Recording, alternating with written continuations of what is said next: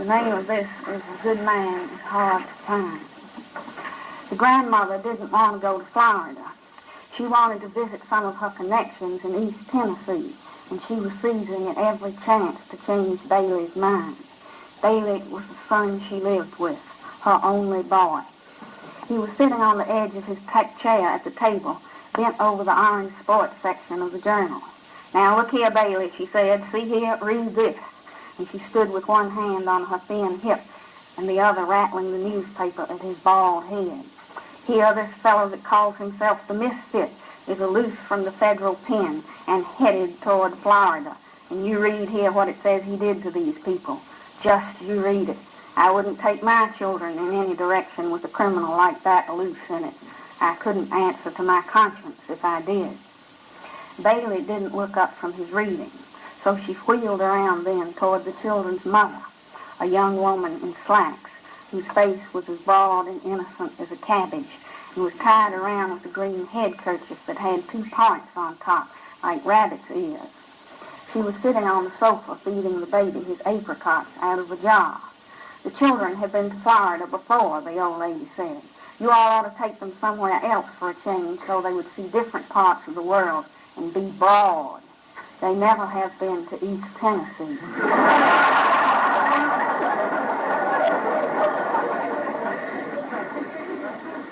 The children's mother didn't seem to hear her, but the 8-year-old boy, John Wesley, a stocky child with glasses, said, "If you don't want to go to Florida, why don't you stay at home?"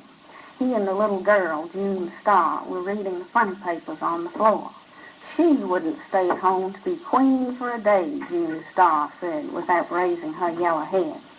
"Yes, and what would you do if this fellow, the Misfit, caught you?" the grandmother asked. "I'd smack his face," John Wesley said. "She wouldn't stay at home for $1,000,000, June Starr said, afraid she'd miss something. "She has to go everywhere we go." "All right, miss," the grandmother said. "Just remember that the next time you want me to curl your hair."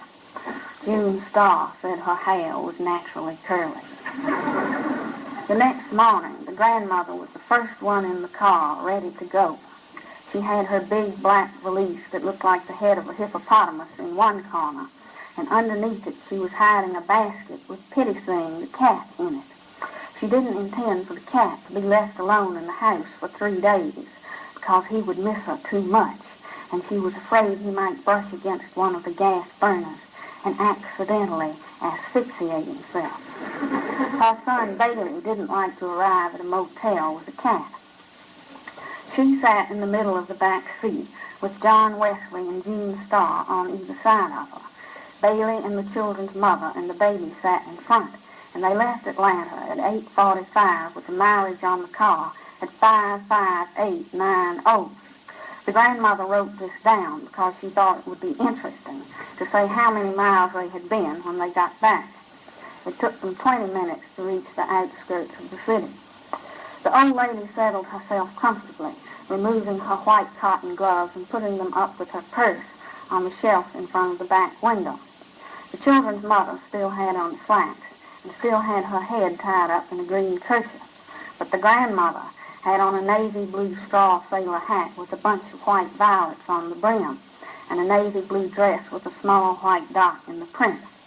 Her collars and cuffs were white organdy trimmed with lace, and at her neckline she had pinned a purple spray of cloth violets containing a sachet.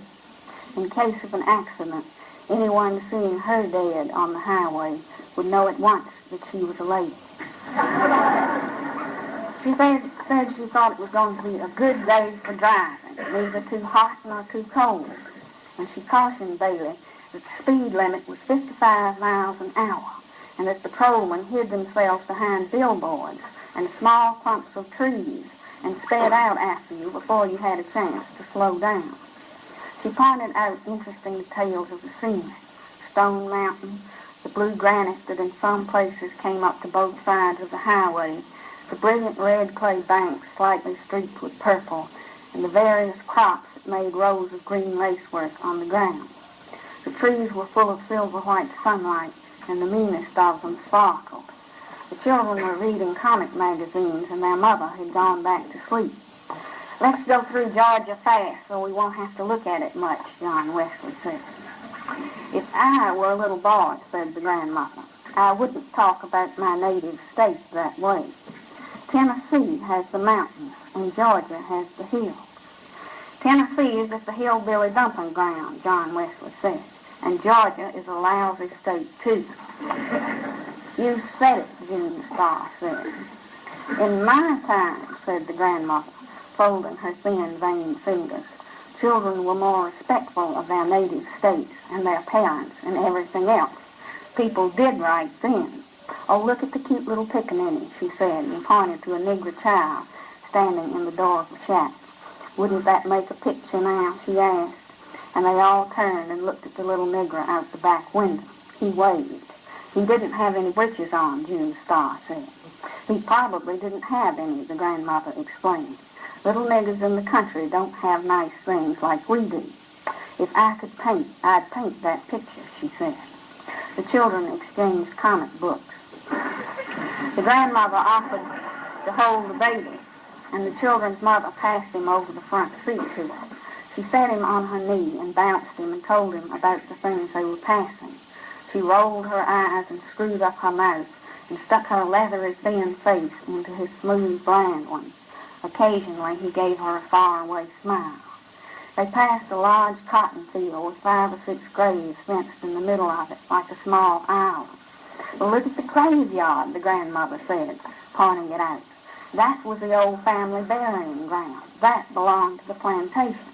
Where's the plantation? John Wesley asked. Gone with the wind, said the grandmother, ha ha. When the children finished all the comic books they had bought, they opened the lunch and ate it. The grandmother ate a peanut butter sandwich and an olive and would not let the children throw the box and the paper napkins out the window. When there was nothing else to do, they played a game by choosing a cloud and making the other two guess what shape it suggested. John Wesley took one the shape of a cow, and June Starr guessed a cow, and John Wesley said no, an automobile. And June Starr said he didn't play fair, and they began to slap each other over the grandmother. The grandmother said she would tell them a story if they would keep quiet. When she told the story, she rolled her eyes and waved her head and was very dramatic. She said once when she was a maiden lady, she had been courted by Mr. Edgar Atkins Teagarden from Jasper, Georgia. She said he was a very good-looking man and a gentleman, and that he brought her a watermelon every Saturday afternoon with his initials cut in it. E.A.T. Well, one Saturday, she said, Mr. Teagarden brought the watermelon, and there was nobody at home, and he left it on the front porch and returned in his buggy to Jasper. But she never got the watermelon, she said, because a colored boy ate it when he saw the initials E.A.T. This story tickled John Wesley's funny bone, and he giggled and giggled, but June Starr didn't think it was any good. She said she wouldn't marry a man that just brought her a watermelon on Saturday. The grandmother said she would have done well to marry Mr. Teagarden because he was a gentleman and had bought Coca-Cola stock when it first came out, and that he had died only a few years ago, a very wealthy man. They stopped at the tower for barbecued sandwiches. The tower was a part stucco and part wood filling station and dance hall set in a clearing outside of Timothy. A fat man named Red Sammy Butts ran it, and there were signs stuck here and there on the building and for miles up and down the highway saying, "Try Red Sammy's famous barbecue. None like famous Red Sammy's. Red Sam, the fat boy with the happy laugh. A veteran. Red Sammy's your man." Red Sammy was lying on the bare ground outside the tower with his head under a truck, while a gray monkey about a foot high, chained to a small chinaberry tree, chattered nearby. The monkey sprang back into the tree and got on the highest limb as soon as he saw the children jump out of the car and run toward him. Inside, the tower was a long, dark room with a counter at one end and tables at the other and dancing space in the middle. They all sat down at a board table next to the Nickelodeon, and Red Sam's wife, a tall, burnt brown woman with hair and eyes lighter than her skin, came in and took their order. The children's mother put a dime machine and played the Tennessee Waltz, and the grandmother said that tune always made her want to dance.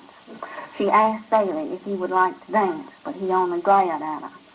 He didn't have a naturally sunny disposition like she did, and trips made him nervous. The grandmother's brown eyes were very bright. She swayed her head from side to side and pretended she was dancing in her chair. June Starr said play something she could tap to, so the children's mother put in another dime and played a fast number, and June Starr stepped out onto the dance floor and did her tap routine. "Ain't she cute?" Red Sam's wife said, leaning over the counter. "Would you like to come be my little girl?" "No, I certainly wouldn't," June said. "I wouldn't live in a broken, down place like this for $1,000,000. And she ran back to the table. "Ain't she cute?" the woman said, stretching her mouth politely. "Aren't you ashamed?" hissed the grandmother. Red Sam came in and told his wife to quit lounging on the counter and hurry up with these people's order. His khaki trousers reached just to his hip bones, and his stomach hung over them like a sack of meal swaying under his shirt. He came over and sat down at the table nearby and let out a combination sigh and yodel. "You can't win," he said. "You can't win." And he wiped his sweating red face off with a gray handkerchief. "These days you don't know who to trust," he said. "Ain't that the truth?" "People are certainly not nice like they used to be," said the grandmother. "Two fellows come in here last week," Red Sammy said, "driving a Chrysler. It was an old beat-up car, but it was a good one, and these boys looked all right to me. Said they worked at a mill. And you know, I let them fellows charge the gas they bought. Now, why did I do that?" "Because you're a good man," the grandmother said at once. "Yes'm, I suppose so," Red Sam said, as if he was struck with his answer. His wife bought the orders, carrying the 4 plates all at once without a tray, 2 in each hand and 1 balanced on her arm. "It isn't a soul in this green world of God's that you can trust," she said. "And I don't count nobody out of that. Not nobody," she repeated, looking at Red Sam. "Did you read about that criminal, the misfit that's escaped?" asked the grandmother. "I wouldn't be a bit surprised if he didn't attack this place right here," said the woman. "If he hears about it being here, I wouldn't be none surprised to see him. If he hears it's 2 cents in the cash register, I wouldn't be at all surprised if it, that'll do," Red Sam said. "Go bring these people their Coca-Colas." And the woman went off to get the rest of the order. "A good man is hard to find," Red Sammy said. "Everything's getting terrible. I remember the day you could go off and leave your screen door unlatched. Not no more." He and the grandmother discussed better times. The old lady said that in her opinion, Europe was entirely to blame for the way things were now. She said the way Europe acted, you would think we were all made of money. And Red Sam said it was no use talking about it. She was exactly right. The children ran outside into the white sunlight and looked at the monkey in the lazy chinaberry tree. He was busy catching fleas on himself and biting each one carefully between his teeth as if it were a delicacy. They drove off again into the hot afternoon. The grandmother took cat naps and woke up every few minutes with her own snoring. Outside of Toomsboro, she woke up and recalled an old plantation that she had visited in this neighborhood once when she was a young lady. She said the house had 6 white columns across the front, and that there was an avenue of oaks leading up to it, and 2 little wooden trellis arbors on either side and front, where you sat down with your suitor after a stroll in the garden. She recalled exactly which road to turn off to get to it. She knew that Bailey would not be willing to lose any time looking at an old house, but the more she talked about it, the more she wanted to see it once again and find out if the little twin arbors were still standing. There was a secret panel in this house, she said craftily, not telling the truth but wishing that she were. And the story went that all the family silver was hidden in it when Sherman came through, It was never found, though. Hey, John Wesley said, let's go see it. We'll find it. We'll poke all the woodwork and find it. Who lives there? Where do you turn off at? Hey, Pop, can't we turn off there? We never have seen a house with a secret panel, June Star shrieked. Let's go to the house with the secret panel. Hey, Pop, can't we go see the house with the secret panel? It's not far from here, I know, the grandmother said. It wouldn't take over 20 minutes. Bailey was looking straight ahead. His jaw was as rigid as a horseshoe. No, he said. The children began to yell and scream that they wanted to see the house with the secret panel. John Wesley kicked the back of the front seat, and June Star hung over her mother's shoulder and whined desperately into her ear that they never had any fun, even on their vacation, that they could never do what they wanted to do. The baby began to scream, and John Wesley kicked the back of the seat so hard that his father could feel the blows in his kidney. All right, he shouted, and drew the car to a stop at the side of the road. Will you all shut up? Will you all just shut up for 1 second? If you don't shut up, we won't go anywhere. It would be very educational for them, the grandmother murmured. All right, Bailey said, but get this. This is the only time we're going to stop for anything like this. This is the one and only time. The dirt road that you have to turn down is about a mile back, the grandmother directed. I marked it when we passed. A dirt road, Bailey groaned. After they had turned around and were headed toward the dirt road, the grandmother recalled other points about the house. The beautiful glass over the front doorway and the candle lamp in the hall. John Wesley said that the secret panel was probably in the fireplace. You can't go inside this house, Bailey said. You don't know who lives there. While you all talk to people in front, I'll run around behind and get in a window, John Wesley suggested. We'll all stay in the car, his mother said. They turned onto the dirt road, and the car raced roughly along in a swirl of pink dust. The grandmother recalled the times when there were no paved roads, and 30 miles was a day's journey. The dirt road was hilly, and there were sudden washes in it, and sharp curves on dangerous embankments. All at once they would be on a hill looking down at the blue tops of trees for miles around. Then the next minute they would be in a red depression with the dust-coated trees looking down on them. This place had better turn up in a minute, Bailey said, or I'm going to turn around. The road looked as if no one had traveled on it in months. It's not much farther, the grandmother said, and just as she said it, a horrible thought came to her. The thought was so embarrassing that she turned red in the face and her eyes dilated and her feet jumped up, upsetting the valise in the corner. The instant the valise moved, the newspaper top she had over the basket under it rose with a snarl, and Pitty Sing the cat sprang onto Bailey's shoulder. The children were thrown to the floor, and their mother, clutching the baby, was thrown out the door onto the ground. The old lady was thrown into the front seat. The car turned over once and landed right side up in a gulch off the side of the road. Bailey remained in the driver's seat with the cat, gray striped with a broad white face and an orange nose, clinging to his neck like a caterpillar. As soon as the children saw they could move their arms and legs, they scrambled out of the car shouting, "We've had an accident!" The grandmother was curled up under the dashboard, hoping she was injured so that Bailey's wrath would not come down on her all at once.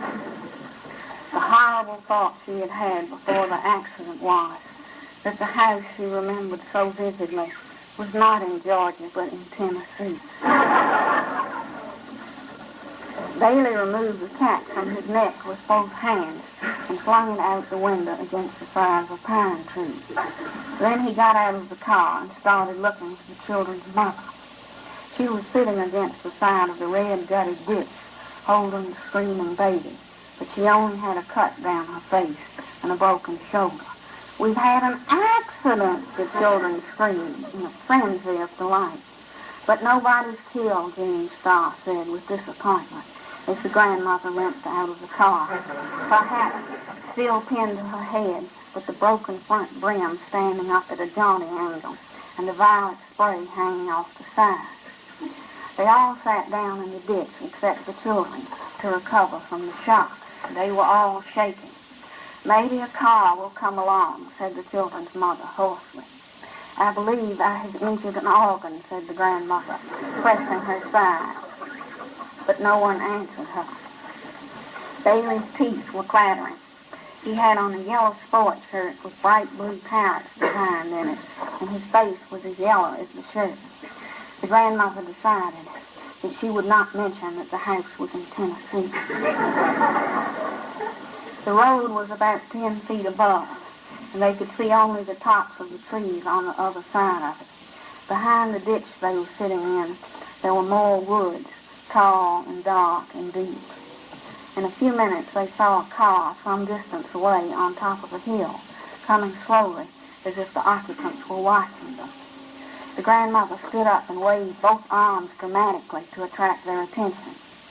The car continued to come on slowly, disappeared around a bend, and appeared again, moving even slower on top of the hill they had gone over. It was a big, black, battered, hearse-like automobile. There were 3 men in it. It came to a stop just over them, and for some minutes the driver looked down with a steady, expressionless gaze to where they were sitting and didn't speak. Then he turned his head and muttered something to the other 2, and they got out. One was a fat boy in black trousers and a red sweatshirt with a silver stallion embossed on the front of it. He moved around on the right side of them and stood staring, his mouth partly open in a kind of loose grin. The other had on khaki pants and a blue striped coat and a gray hat pulled down very low, hiding most of his face. He came around slowly on the left side. Neither spoke.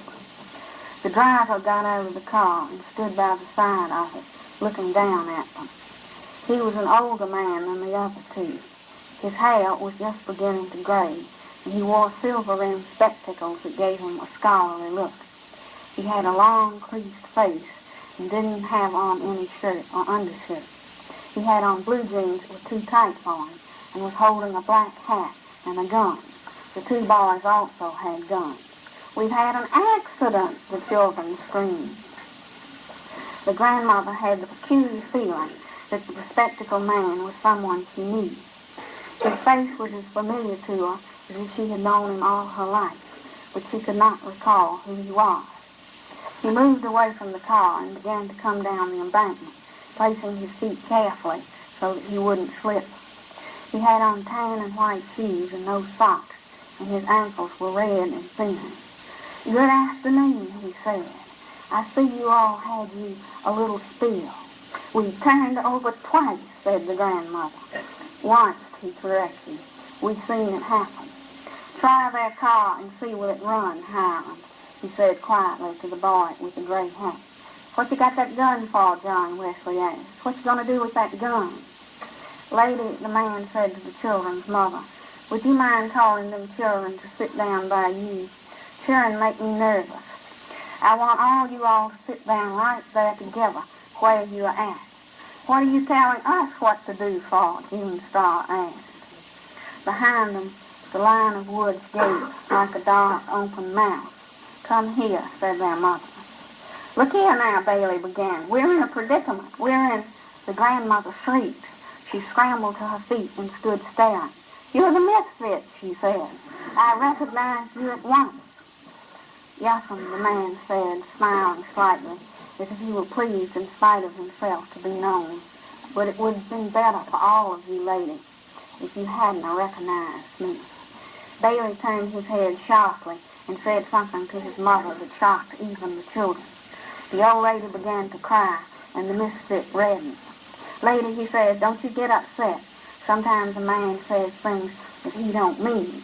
I don't reckon he meant to talk to you that way." "You wouldn't shoot a lady, would you?" the grandmother said, and removed a clean handkerchief from her cuff and began to slap at her eyes with it.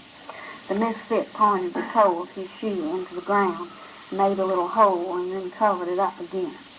"I would hate to have to," he said.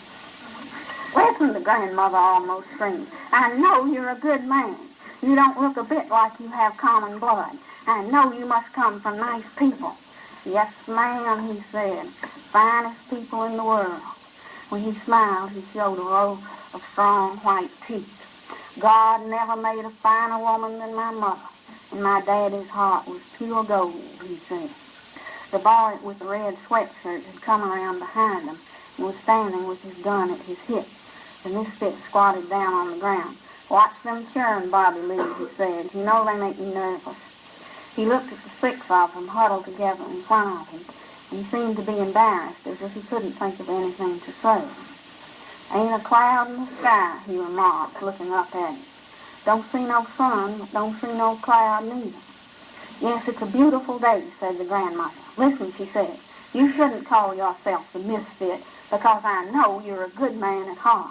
I can just look at you and tell. Hush, Bailey yelled, hush. Everybody shut up and let me handle this. He was squatting in the position of a runner, about to sprint forward, but he didn't move. I appreciate that, lady, the misfit said, and drew a little circle in the ground with the butt of his gun. It'll take a half hour to fix this here car, Hiram called, looking over the raised hood of it. Well, first you and Bobby Lee, get him and that little boy to step over yonder with you, the misfit said, pointing to Bailey and John Wesley. The boys want to ask you something, he said to Bailey. Would you mind stepping back in them woods there with them? Listen, Bailey began. We're in a terrible predicament. Nobody realizes what this is, and his voice cracked.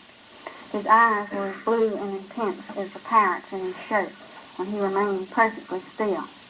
The grandmother reached up to adjust her hat brim, as if she were going to the woods with him, but it came off in her hand. She stood staring at it, and after a second she let it fall on the ground. Hiram pulled Bailey up by the arm as if he were assisting an old man. John Wesley caught hold of his father's hand, and Bobby Lee followed. They went off toward the woods, and just as they reached the dark edge, Bailey turned, and supporting himself against the gray, naked pine trunk, he shouted, I'll be back in a minute, Mama. Wait on me. Come back this instant, his mother shrilled.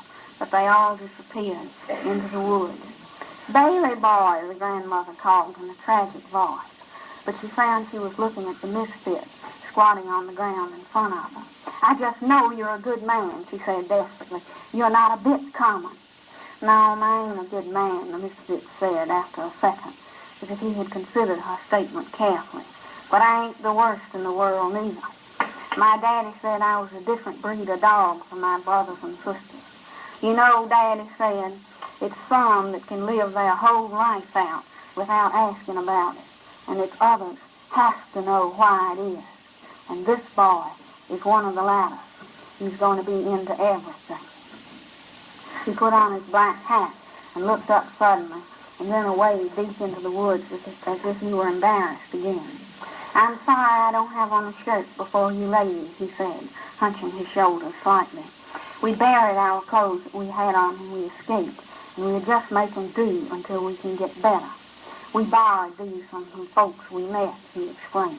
That's perfectly all right, the grandmother said. Maybe Bailey has an extra shirt in his suitcase. I'll look and see directly, the misfit said.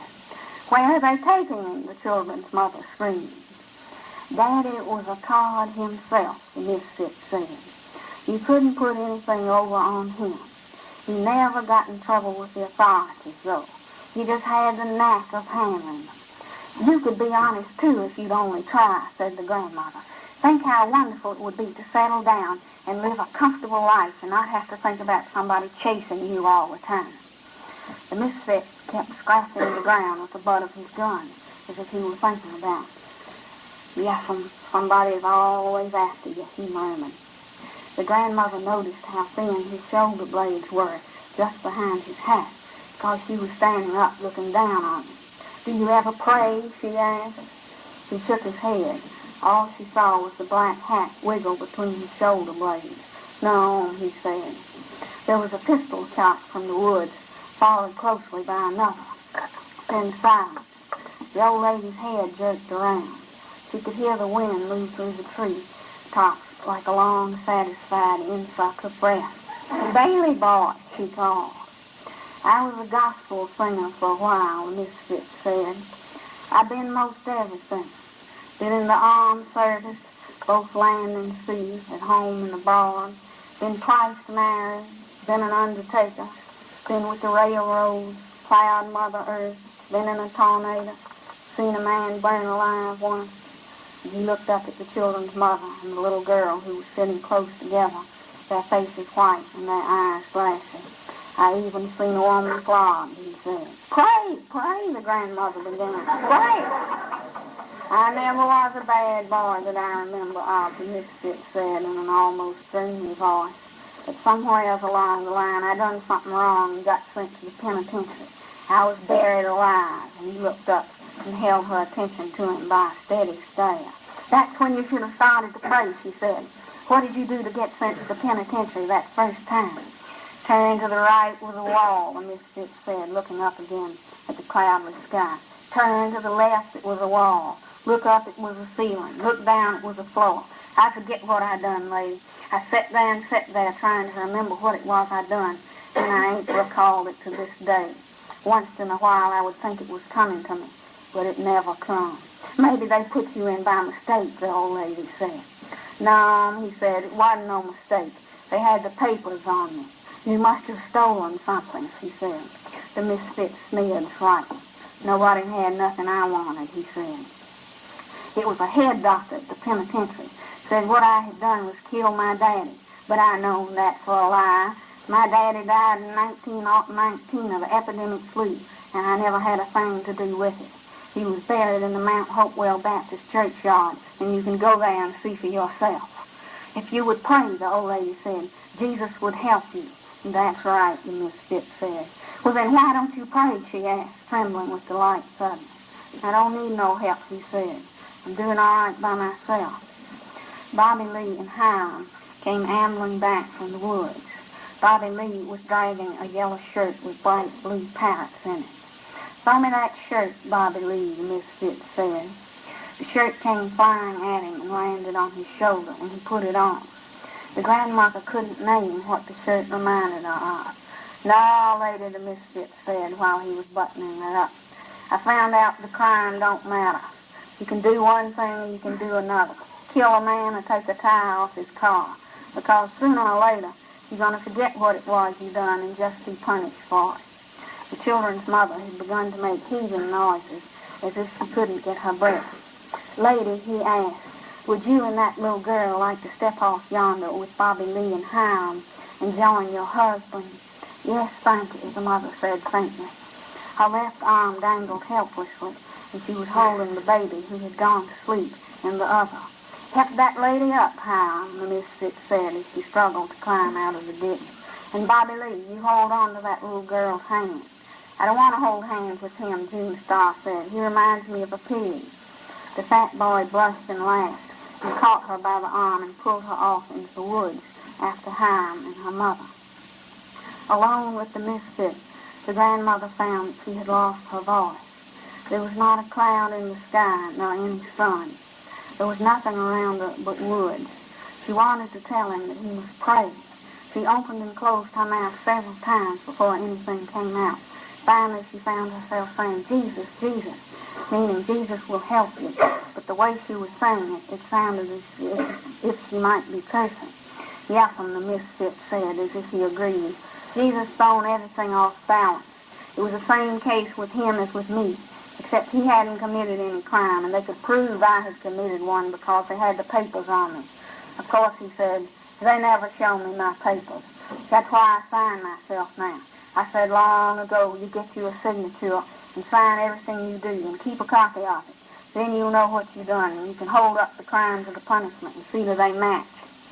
And in the end, you'll have something to prove you ain't been treated right. I call myself the misfit, he said, because I can't make what all I done wrong fit all I gone through in punishment. There was a piercing scream from the woods, followed closely by a pistol report. Does it seem right to you, lady, that one is punished a heap and another ain't punished at all? Jesus, the old lady cried, you've got good blood. I know you wouldn't shoot a lady. I know you come from nice people. Pray. Jesus, you ought not to shoot a lady. I'll give you all the money I've got. Lady, the misfit said, looking beyond her far into the woods, there never was a body that give the undertaker a tip. There were 2 more pistol reports, and the grandmother raised her head like a parched old turkey hen crying for water, and called, Bailey boy, as if her heart would break.